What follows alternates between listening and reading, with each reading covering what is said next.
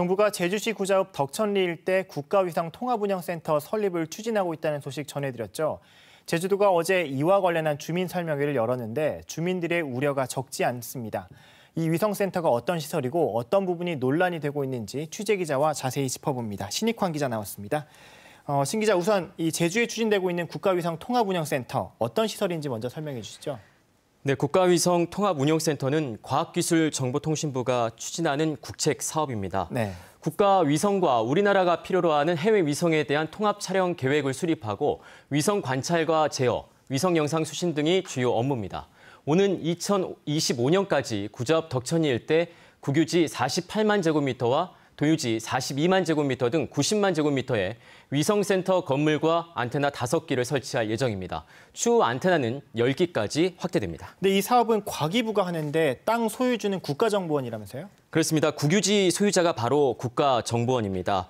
시설 설립에 국정원이 참여해서 여러 가지 의혹이 제기됐었는데요. 일단 과기부는 국정원이 소유한 국유지만 받는 것이라고 해명을 한 상태입니다. 그렇다면 이 국가위성통합운영센터가 제주에 들어오게 되는 이유가 궁금하거든요. 네, 현재 대전 한국항공우주연구원에 위성센터가 있습니다. 네. 이 항우연에선 민간 위성의 운용을 맡고 있는데요. 하지만 위성은 계속 늘어나는데 대전 항우연에는 위성 안테나를 추가로 설치할 부지가 부족하고 도심화로 전파 환경도 좋지 않다는 게 과기부의 설명입니다. 그래서 과기부가 통합위성센터 설립을 추진했고 제주의 국가정보원 소유의 국유지에다 도유지를 추가로 매입해 시설을 짓기로 한 겁니다. 특히 취재 결과 위성통합센터 부지로 제주가 선정이 된 게 2016년이었습니다. 당시 부지 선정 검토 연구 용역을 맡은 과학기술정책연구원은 장비 시설 설치 확장성과 전파 환경 접근성, 안보 상황 등을 고려했을 때 서울과 대전보다는 제주가 적합하다 이렇게 평가를 했습니다. 방금 이 신익환 기자가 말씀하신 거 보니까 부지가 제주도로 선정된 게 2016년인데 그렇습니다. 주민 설명회는 어제 처음 열린 거 아닙니까? 네, 그렇습니다. 어제 덕천리 마을회관에서 오전과 오후 2차례 주민 설명회가 열렸습니다. 네. 지난해 11월 제주도가 정부의 위성센터 부지에 포함되는 도유지 매각을 추진한 지 석 달 만에 처음입니다. 제주도는 코로나19 확산세로 이 주민 설명회를 곧바로 열기가 쉽지 않았다 이렇게 해명을 했는데요.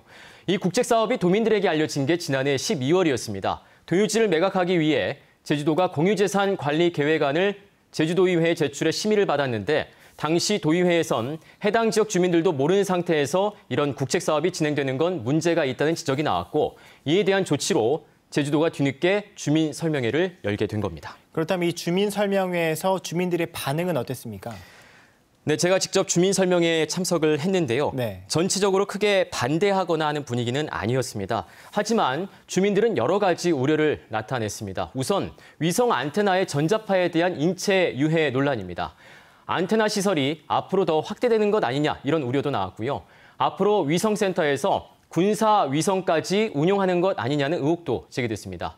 주민들이 반대하면 이 사업을 추진하지 않을 거냐 이런 질문도 있었습니다. 그렇다면 이렇게 주민들이 걱정을 내놓았는데 이에 대한 항우연 혹은 제주도의 답변은 어땠습니까? 네, 어제 설명회에 제주도와 함께 항우연 관계자도 참석을 했는데요. 네. 우선 주민들이 가장 우려하고 있는 전자파 유해 여부에 대해선 인체해가 없다 이렇게 강조했습니다. 안테나도 10기만 설치하고 추가로 더 확대하지 않는다고 답했고요. 이 시설은 민간 위성만 운용하는 위성센터로 군사 위성 등을 운용하지 않는다는 점도 분명히 했습니다. 이런 우려도 있지만 여기에 제주 고사리 삶 등 어떤 환경훼손 논란도 좀 불거졌었는데 이에 대한 주민의 걱정도 있었죠.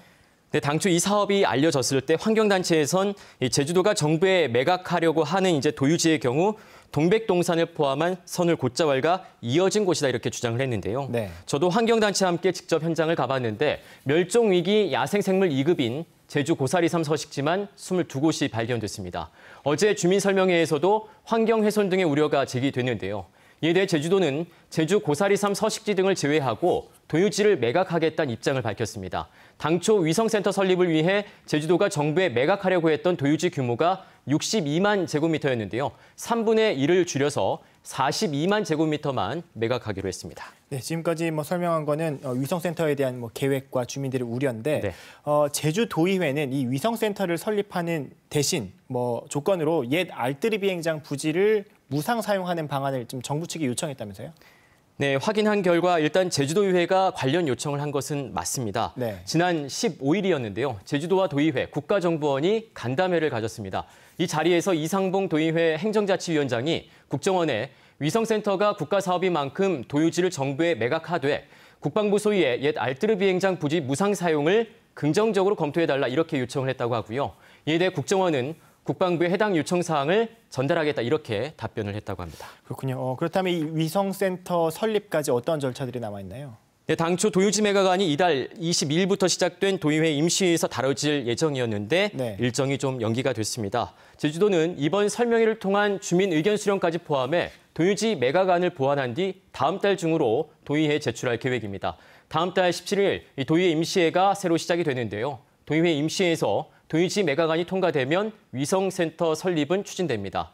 하지만 제주도가 제주 고사리 3 서식지를 제외하고 도유지를 매각한다고 했지만 제외되지 않은 곳에서도 제주 고사리 3 서식지가 발견됐거든요. 네. 그리고 도의회가 국정원에 요청한 옛 알뜨르 비행장 부지 무상 사용 협의 결과도 좀 더 지켜봐야 할 것 같습니다. 네, 알겠습니다. 아무래도 다음 달 도의회 임시회에서 이 문제가 도마에 오르지 않을까 좀 예상이 되긴 하는데요. 잘 따라서 취재해 주시기 바랍니다. 오늘 고생하셨습니다.